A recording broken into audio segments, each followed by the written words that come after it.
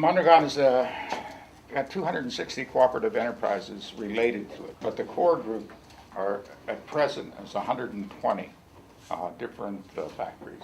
And the average size of these runs about 400 workers. Some of them are in, like Fagor has several different divisions, and there's a total of about 8,000 workers in Fagor. But the main thing to remember is that every one of these 120 co-ops are completely worker-owned. You can't tell the story of Mondragon without telling the story of the man whose vision and who's the founder of it, which is Father Jose Maria Arizmendi Arrieta. People call him Father Arizmendi for short. Father Arizmendi is an interesting priest. He was radical in his way, but he wasn't a Marxist or one. He had his own interesting philosophical ideas that were in the Catholic tradition. But he did make one renovation of Catholic social theory that I'll mention. Catholic social theory, one of its key components is what is the core institution for the moral formation of the individual. Traditional Catholic social theory says the family. Arizmendi said, no.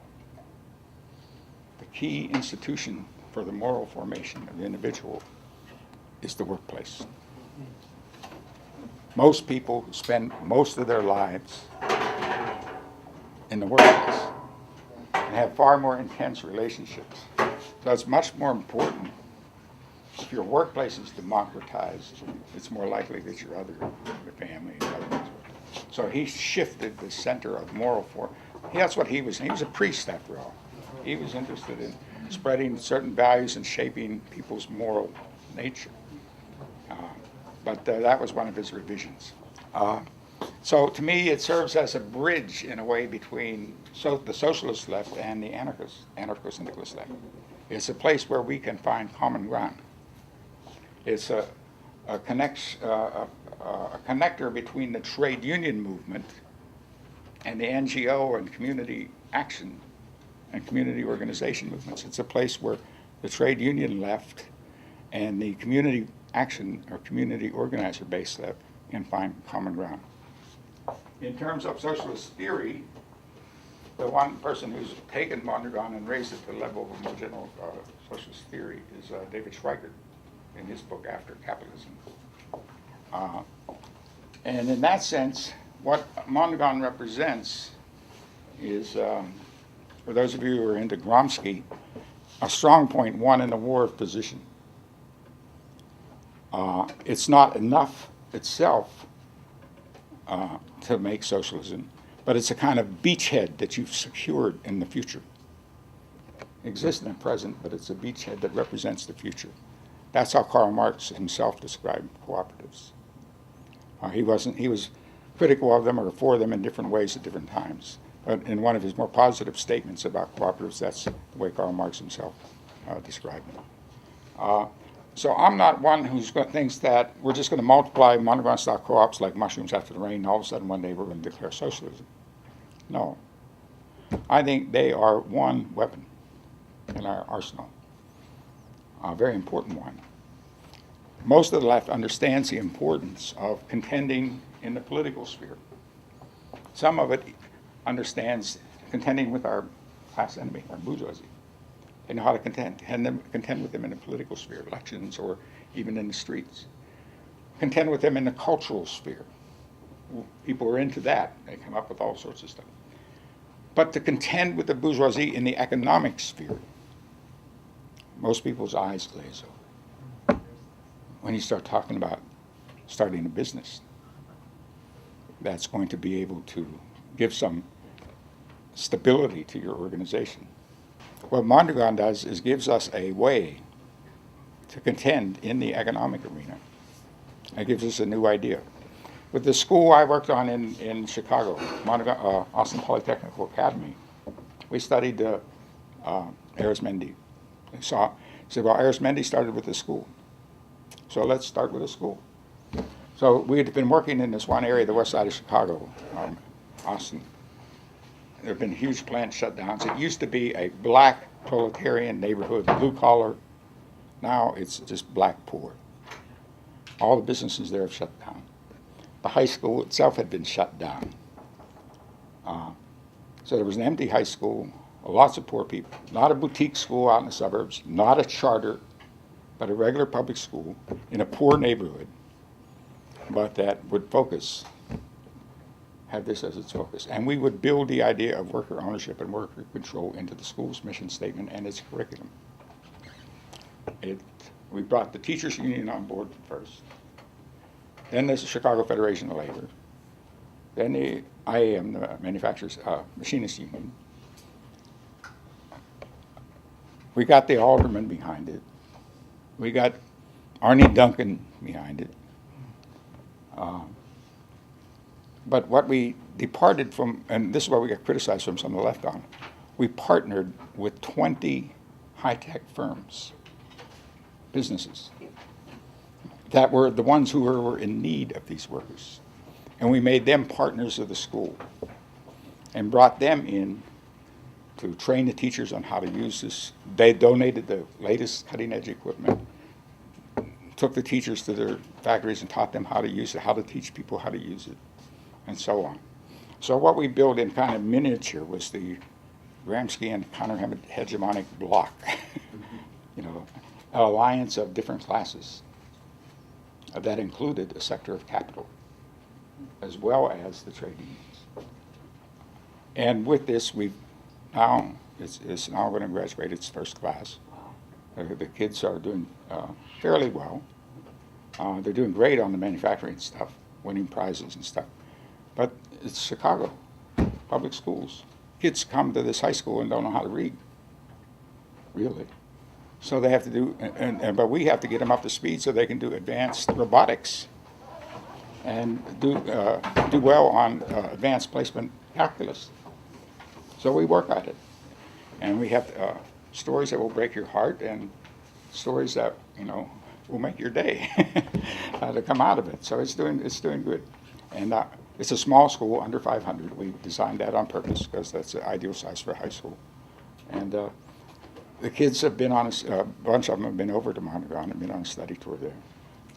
Also, we've had a relationship with the Italian cooperative movement in Emilia-Romagna region of Spain, where some of their people come over and lecture at the school. So we created it as a prototype. The idea is that a few years down the line, these kids will begin to start businesses or become part of businesses that will bring the economic empowerment and economic growth in that community.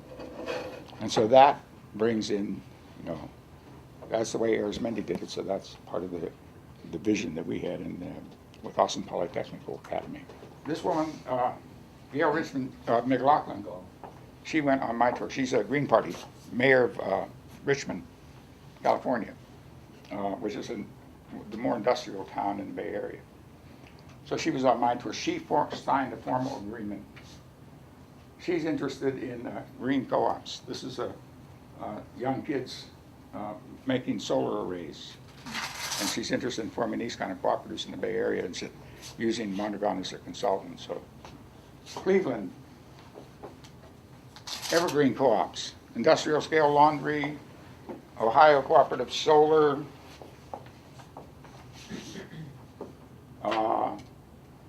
neighborhood gardens. These are co-ops that are being formed in Cleveland. There's 12 more on the drawing boards. The Arizmendi bakeries, that named after Father Arizmendi. There's about 200 workers in those. I think they have 6 outlets. In Cleveland? No, in the Bay Area. Oh, Bay Area. It's like, there are fancy bakeries where you get very high, healthy, very good bread. And the front end of them are like upscale pizza shops. And they keep winning all these awards for the best places to eat in the Bay Area. Anyway, they follow them, and they just created a second-degree co-op of their own to run their finances jointly, a financial co-op. It's part of it. So that's not it. Union Cab, 200 cab drivers in Madison, Wisconsin, or our worker-owned cooperative. When Mondragon efforts come to the U.S., and I think they will increasingly arrive here in different ways through the solidarity economy movement and other ways, they'll be changed. Everything has to, you can't do a cookie cutter thing, and because Some things are part of the Basque tradition that aren't here. Although I will say this much. The Basque, one of the things, the conditions they started with were an oppressed people with nothing. And we've got that in the center of every city in the country. So the Basque conditions are not all that unique. At the very end, we asked one of the top Mondragon guys, what do you need to succeed, to make a cooperative? So you need three things. Number one, the workers have to want to do it. That sounds very simple, but it's very profound. The workers have to want to do it. Two, trust. They have to not only want to do it, they have to trust each other because they're risking their time, their capital, whatever. They're risking something. And if they don't trust each other, it's not going to work. And three, don't bite off more than you can chew. Common mistake anybody who starts a business does. They try to be in a whole bunch of businesses rather than just narrow what their real business is. He says if you do those, if you have those three things, you can make. Oh, you try to grow too quickly. Yeah, or you try to go through. Yeah.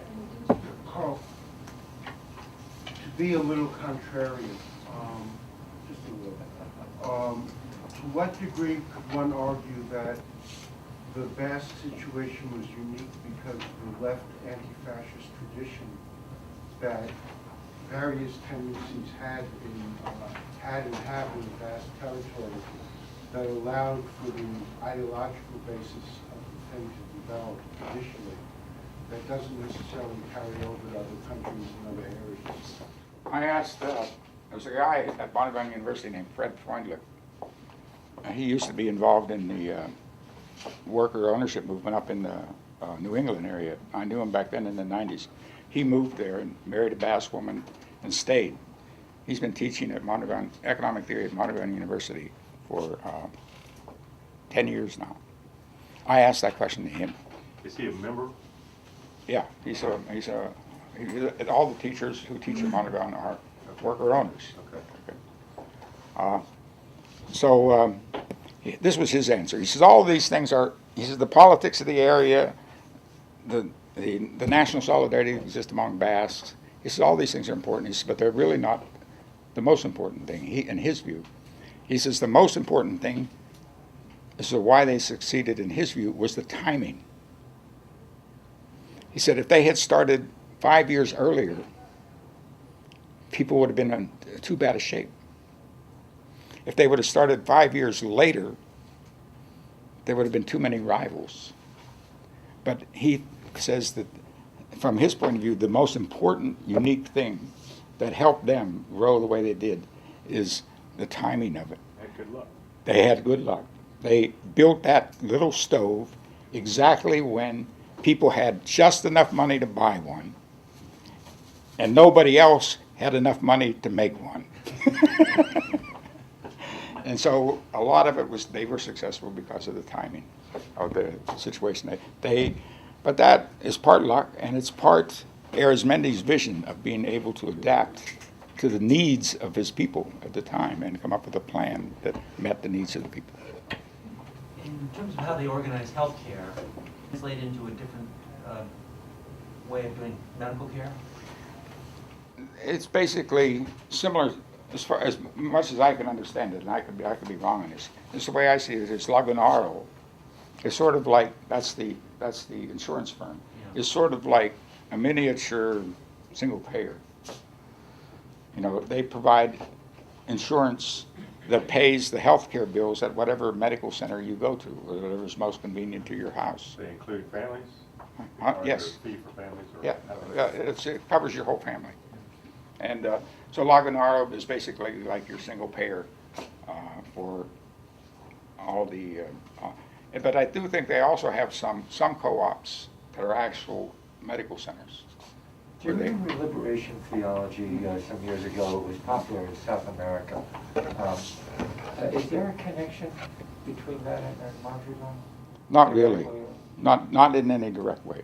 Father Arizmendi was most influenced by a French Catholic tradition called personalism.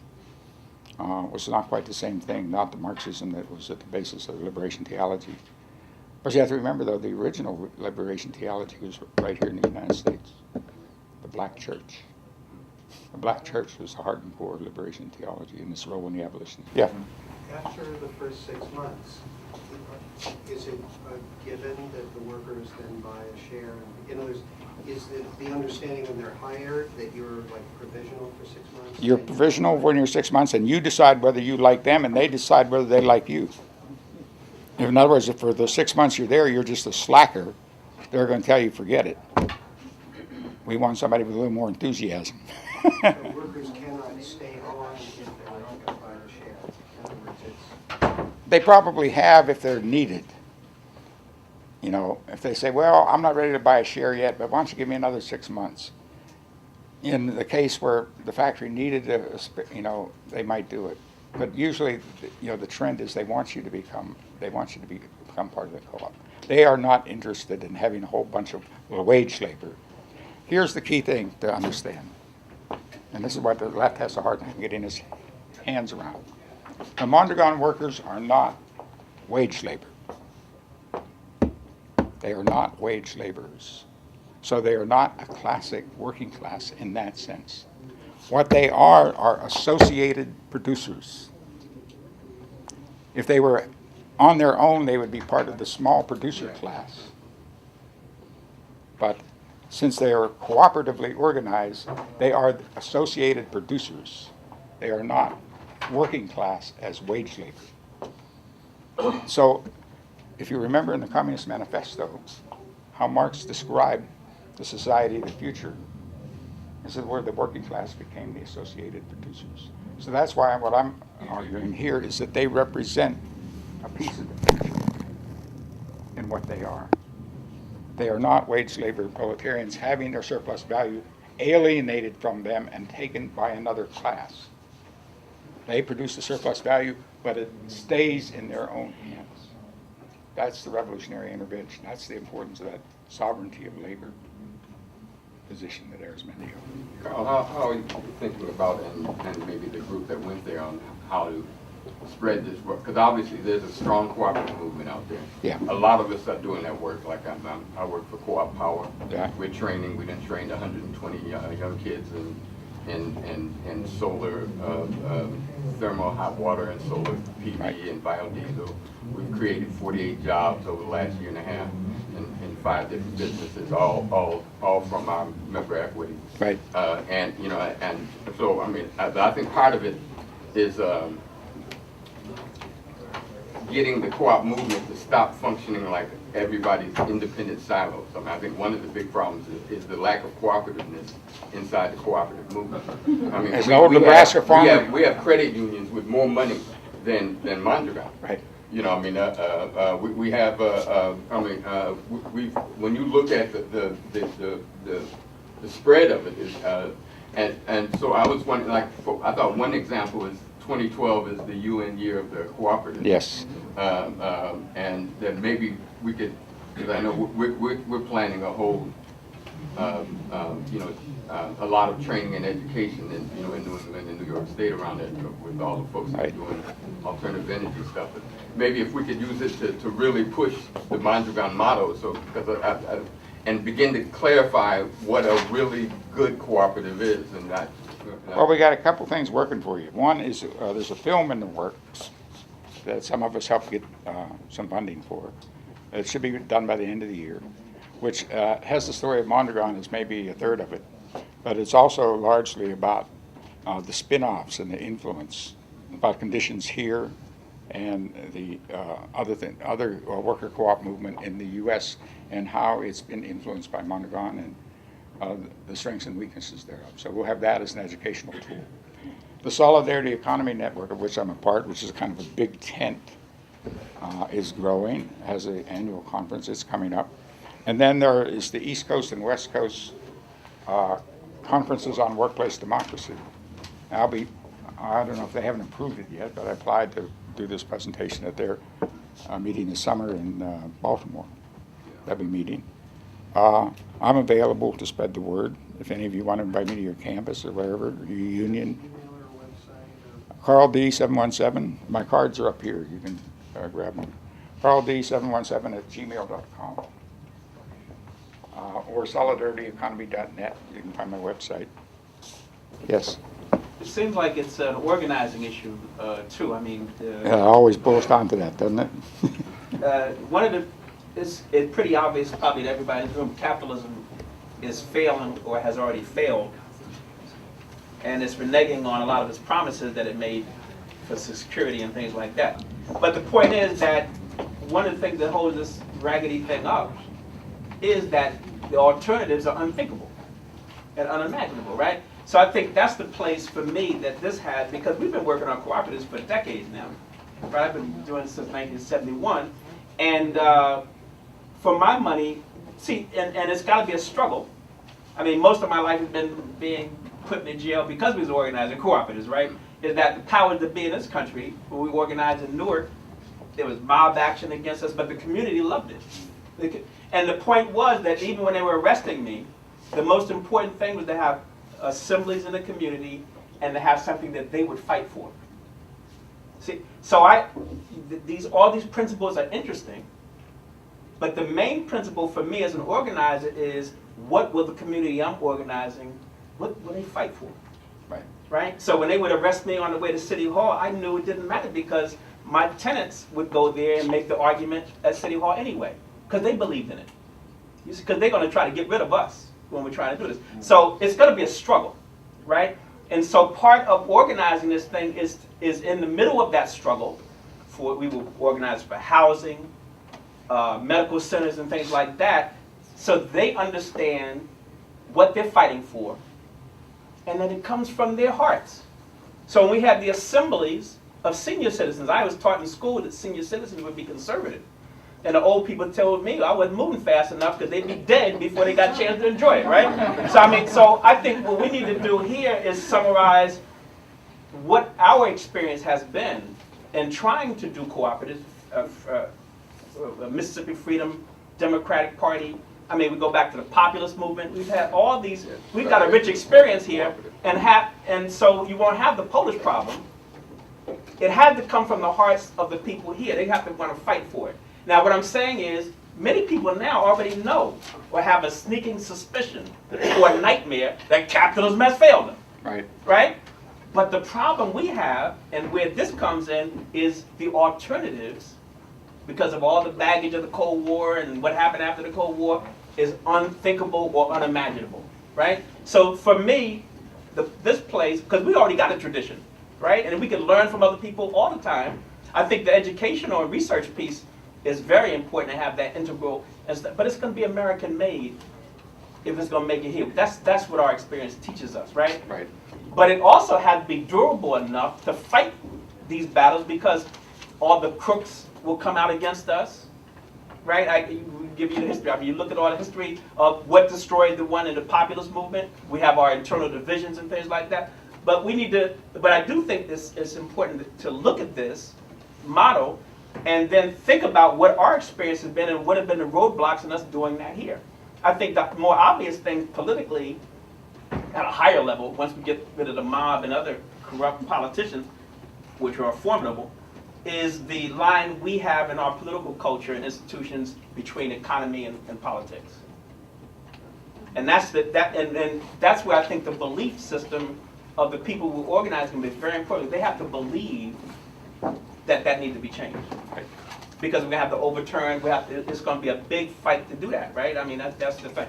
But I would see this as a, it's great to look at the model here and stuff like that. We looked at models before. But it had to be something that the community or the schools that we're organizing, that those people believe in enough to fight for it. Right. And that's what, because without that power, we have no power. We have no power without that, right? Yeah. And not just fight for it, but like you say, to continue it. Right. Right? I mean, it's going to be a struggle for generations. I would see socialism and cooperatives as we're experimenting. Let's be real about it, right? So we have to do quality control and check and what's going right and keep steering it, but that assumes you have assemblies of people who believe in it, who are invested in it, and want that to happen. And so I think that's the big, so we are talking about at some point, it's a dirty word to use, ethics. Right? A lot of people used to jump on us about talking about value change and things like that, but ultimately when we're criticizing people who have betrayed our movement, it's an ethical issue we're talking about. Right? That's ultimately what we're getting down to it. What do we believe in? What kind of values that we have? And that's going to be a big struggle in this country. But I would say that the areas for me that are the most vulnerable, we talked about New Orleans, that's how I got involved in this whole Mondragon research in the first place. There are areas clearly demarked where capitalism has failed. It's not even, the markets have failed, there's no market, right? So in those areas, like I was in Newark, New Jersey in 1970, and it failed, and it collapsed. You didn't have a debate about capitalism. Capitalism was gone, right? Except when we started organizing, and then suddenly capitalism wanted to come back in. And that's the second issue is this. As soon as we try to do something cooperatively and succeed, capitalism will mimic us and say, okay, we can do coconut oil cheaper, right? Stuff like that. And they'll bribe people for 5 years and then jack the price up later. So we know all the tricks that they'll play. So people have to believe in it enough to go through those struggles and things like that. So I think this educational piece is just so important because it has to be. Because that's been the hardest thing for a while is, I kept asking people, have we really done an analysis of comparative socialist societies? I mean, let's sum up where we are with this whole thing. Because why keep telling people, let's do this, and each model you talk about has failed? Right. Right? That doesn't, that's not very promising. So I think this is not only thinkable, it's imaginable, but it's workable. And that's very promising, I think. So that would be my opinion. And I think the fact that it came out in the press nationality, particularly Chicanos, African Americans, all these oppressed groups, definitely would find some value. If it could work, and if it could work in the Basque area, in Spain, people ask, well, why not New Orleans? Right. Why not Newark? Why not Bed-Stuy? Right? Well, you're not separated from the market and things like that. So I think it is an issue of imagining these things and getting those communities on board. I'm so glad that you're going to do a film on that, so we can talk about this in these communities.